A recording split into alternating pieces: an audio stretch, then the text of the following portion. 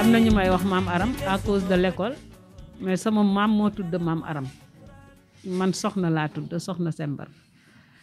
maa ngi dëkk Yëmbal juddoo Yëmbal yaroo Yëmbal màgge Yëmbal yàlla dogal aussi ma sëy Yëmbal ba fii mu ne nii Yëmbal laa nekk ma am benn volet bu may yëngatu muy ci céréale locale wante biñ koy commencé sax ñun tuddewuñ ko woon céréale locale kii toog ci sama ginnaaw moo taxoon ñu commencé affaire bi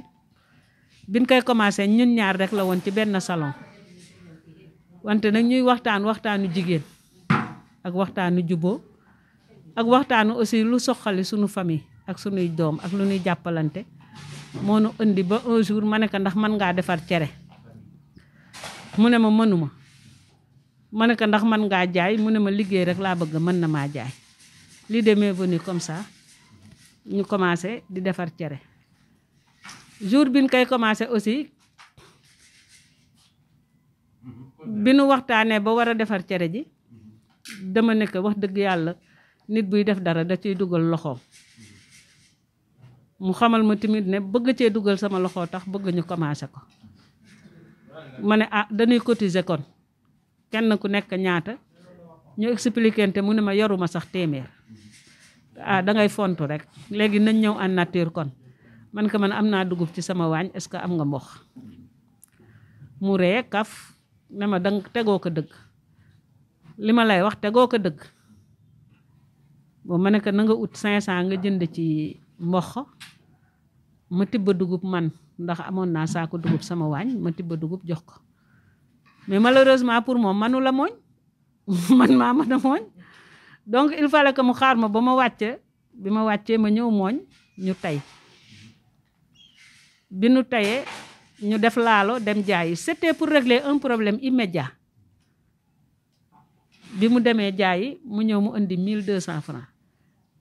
bon bi ma calculer frais yëpp quand même amoon nañu un bénéfice de 100 francs à 150 francs donc puisque c'était pour régler un problème familial moom day jël 150 yi comme mooy jaay ñu def ko comme fayam mais bi nu defee loolu 2 jours 3 jours une concession lañu dëkk donc nekk nañ fa presque une vingtaine de femmes ñu gis ñi ñuy defar ñu ñëw commencé poser seeni question yéen da ngeen di cere bàyyi nit ñi puisque jàmm man dama bëggoon sax Yeumbeul TV thème bi ñu tudde ko la paix comme jàmm mi ngi régner ci kër gi y a des co-épouses des belles-sœurs beaux-frères des cousins des cousines ku ñëw rek am nga ton mot à dire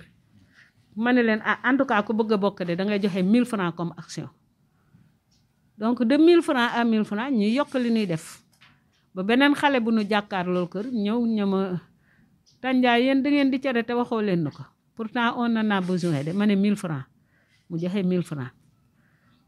si loolu la ñu commencé di liggéey première bi ñuy liggéeyee dama leen di wax ku nekk da ngaa am sa historique ñun suñu histoire maison c'était pas pour gagner de l'argent c'était pour lutter contre la faim ndax on a constaté que sa jëkkër am ko wala mu ñàkk ka am na la nga xam ne nii war nga kaa def ci sa kër ci la ñu commencé ñuy defar cere di laalo di jaay pour régler un besoin immédiat dans la maison dans le quartier mais même au village ndax c'est très difficile nga gis cere heure bi bu nu laalo mu tàng nga jënd ko jaay donc ci lañ commencé di waxtaan di trouver ay solution di waxtaan mais ñun toujours rek ñu ngi defar suñu cere di laalo di continuer di jaay 2008 c'était un mois de mai un 8 mai ci lañ ko commencé woon ñu nekk ci kër gi di fi defar cere wante nag lépp li may wax xale yi pour ce 8 mars la jigéen ju amul kilifa ñàkk nga ku fi nekk góor gu amul kilifa ñàkk ci wanagam moom ndax ay appartement la kër gi ñu ne ci appartement moom di cere ba un jour borom këram wax nu njaaya ma ne ko laay mu ne ma cere ji dee leen ko def fii ci ginnaaw mu jox nu foofu benn parcelle bu ndaw ñu toxu ci di ko defar ba def fa benn magasin jënd machine di ko fa def noonu la ñuy def ba le chef de famille puisque une grande famille la le chef de famille seen magu kër ñoom ñëpp benn jour vers les coups de 10 heures mu woo ma ne ma Ndiaye ma ne ko mu ne ma li ngeen di def baax na mais ban idée nga ci am Baye papa yàlla na yàlla fëgg yaramam ma ne ko Baye idée bi ma am ci bii peut-être boo ko waxee ñii duñu comprendre mu ne ma gis naa ne boo wàccee rek da ngay sànni sa saak rek jubal ci cere ji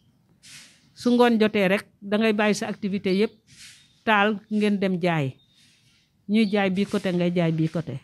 mais est-ce que lii war naa mën a développer ma ne ko sama yéene de moo doon mu développer ci quartier bi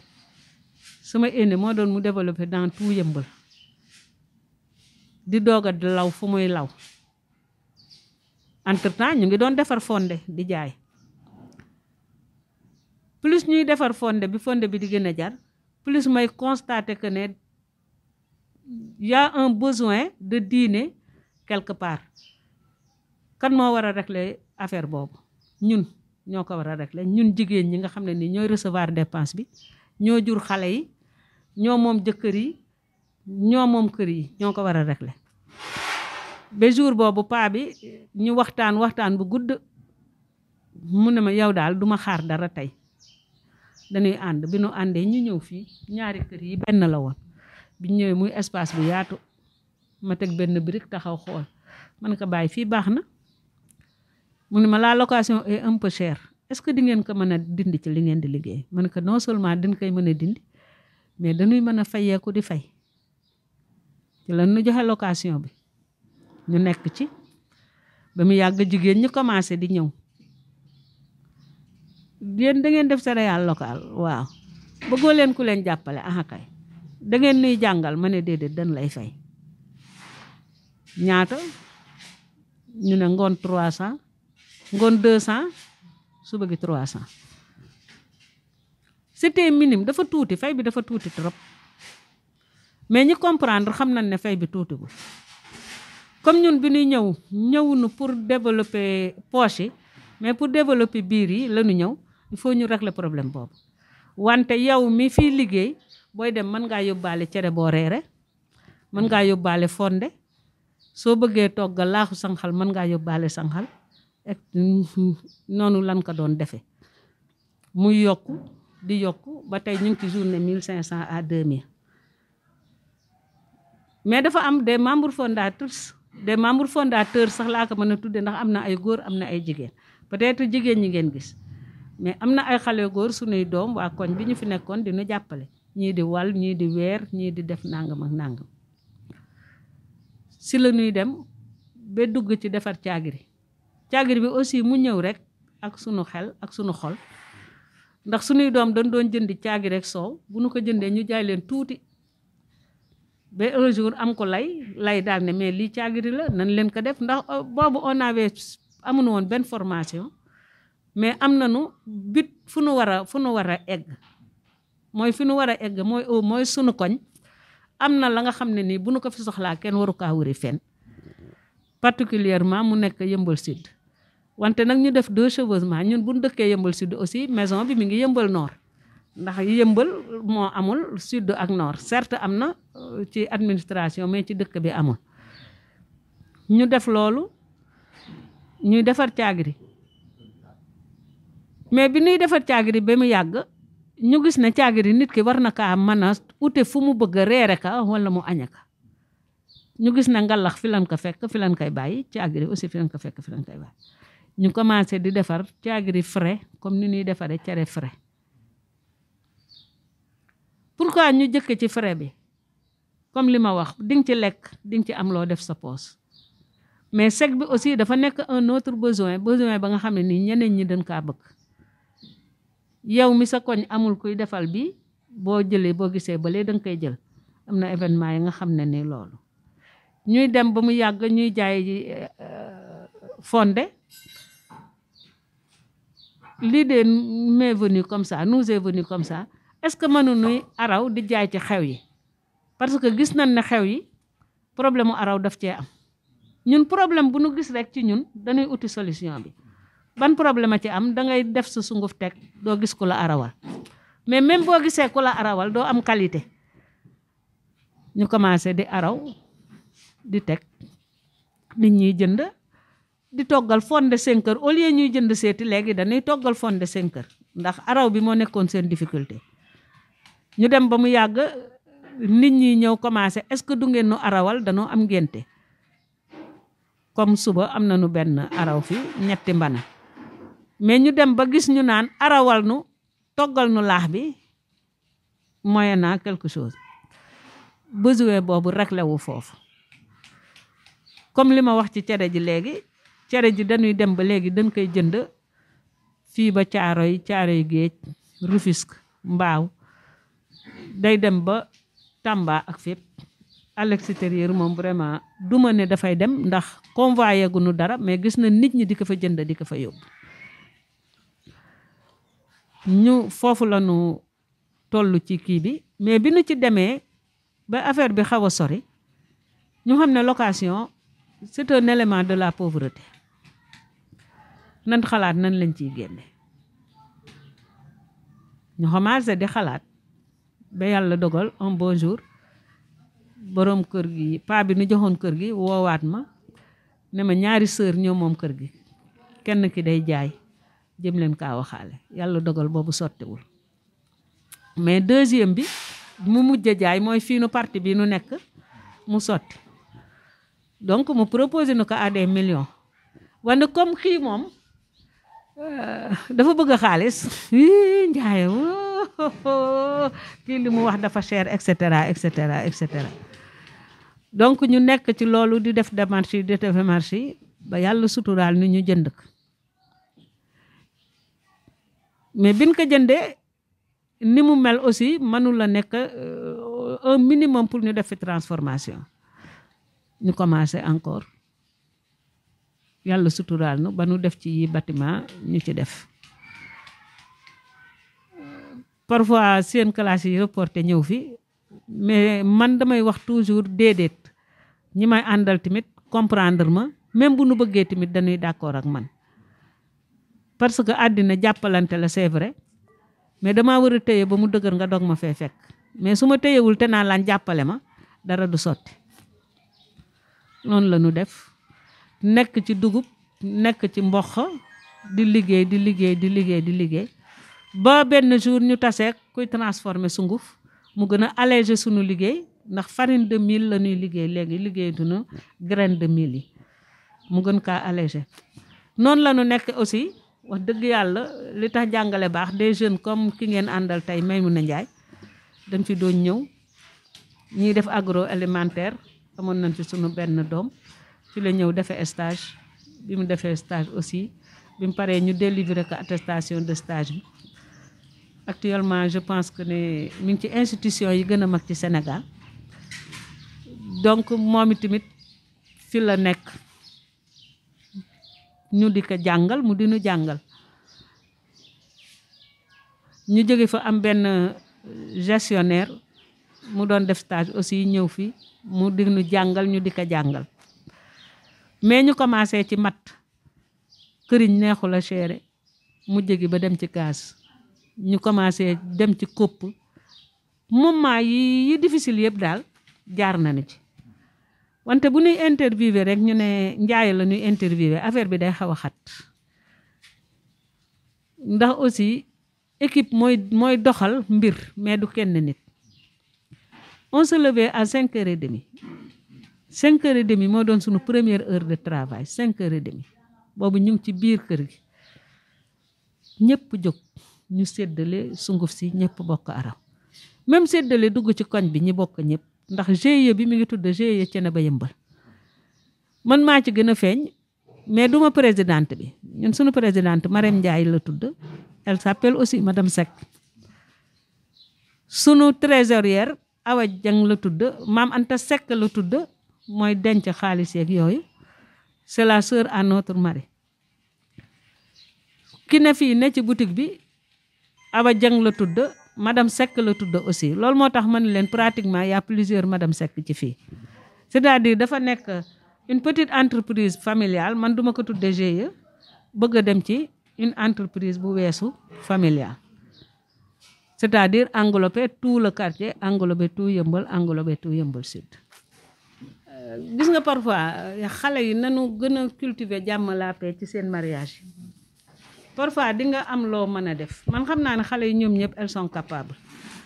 mais li leen di dese tuuti mooy jàmm la paix dans la famille, dans la belle famille. Man moom laa bëggoon sax ñu prôné ko ci 8 mars bi ñëpp d'accord ci. Man doom yi ma am yëpp masuma leen a boot su ma nee masuma leen a boot cela ne veut pas dire que doo leen teg ci sa ginnaaw mais dafa raaroon ba ku ko gis sax danaan lu xew te ñett rek ñoo ma seexoon samay goro samay njëkke samay wujju peccar kon parfois même di nga xale yi dinañ am yu bari yu nu bëgg a def mais dafa am lu leen di manqué toote nu ñuy cultiver jàmm nag cultiver ko yomb na bul seet service bu la kenn di rendre yow service bi nga war a rendre ñëpp rek doo ko def tant que yaa ngi rendre nit ñi service bi nga leen war a rendre rek da ngay am jàmm kon lu foofu loolu laa doon wax beneen bi tamit may insister ci kilifa mooy doxal lépp il faut ñu insister ci pour nu xam ko beneen bi liggéey bi nu ko bokkee ñun waa Cekkeen ñu naan la famille Seck looloo tax aussi mu tudde Thiénaba Yeumbeul dafa am ñu bëri ñu nu fi fekk si ñu bëree waa koñ bi dañu fi fekk si di liggéey comme li ñu doon wax ndax man affaire transformation yi dañ kaa tudde lu wér te ñu war kaa doxe c'est la lutte contre la pauvreté am tamit ñuy jóge fu sore kii toog ci sama wet mi ngi jógee tableau Fatou Lawbe ca ginnaaw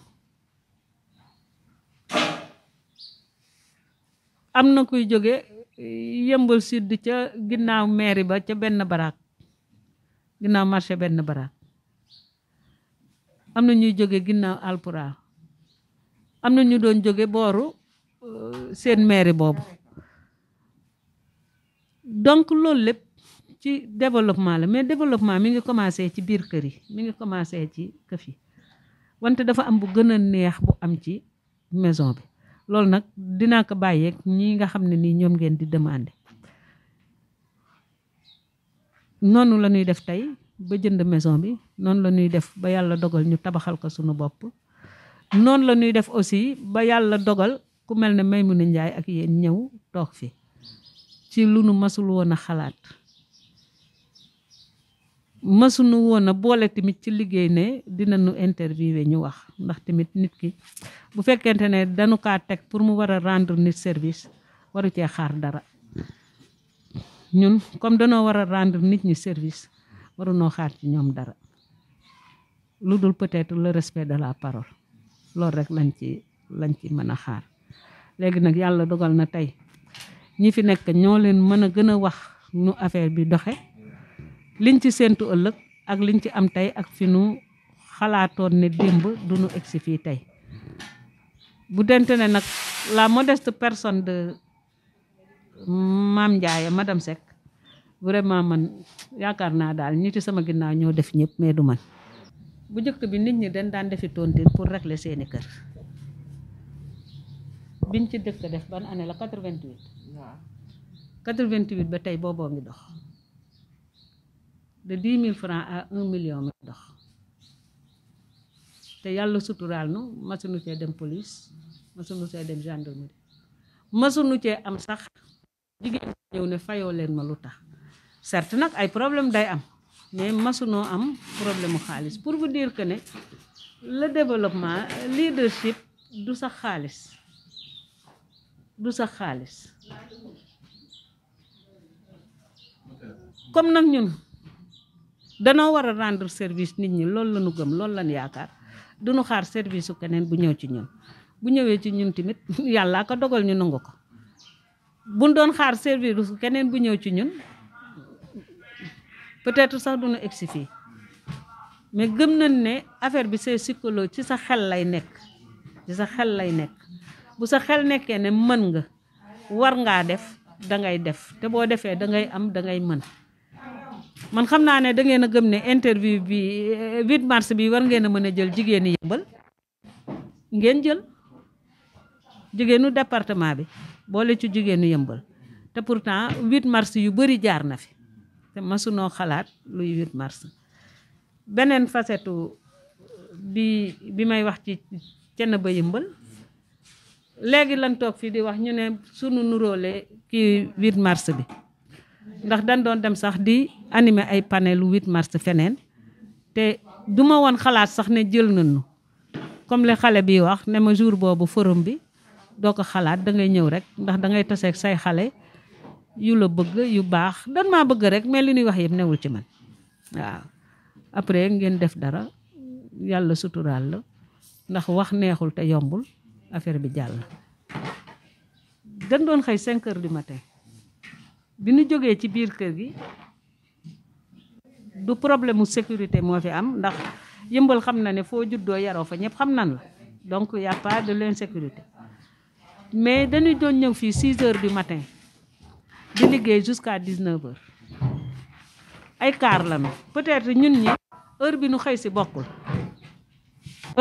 si bokkul première car bi ñëw 7 heures fi la ko fekk 7 heures 2 minutes doo dugg kii moom ay 7 heures 3 4 lay kii xaw ma tey lu ko fi fekk 7 heures 2 minutes doo dugg et puis règlement la bu ñëpp appliqué am na ñuy ñëw 9 heures am na ñuy ñëw 4 heures am na ñu doon ñëw 11 heures c'est-à-dire dañ kaa planifié woon ba liggéey bi du yàq dara ci sa liggéeyu kër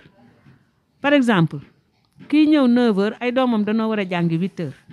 day toog régler këram régler ay doomam ba 9 heures mu ñëw liggéey si mais temps bi muy liggéey aussi dañ koy chronomètre par rapport ak temps bi mu soxla te du ko yàqal togg añam du ko yàqal defal dara ci këram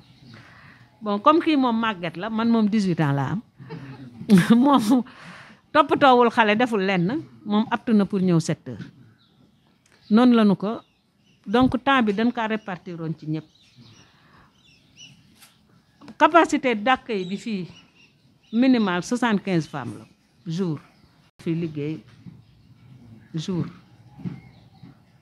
mais planning bi day dem ba bu ngeen nekkee ñaar ci kër gi ngeen bëgg a liggéey bu koy ayee 4 jours day toog ci kër gi bu këlee ayee 4 jours day ñëw liggéey si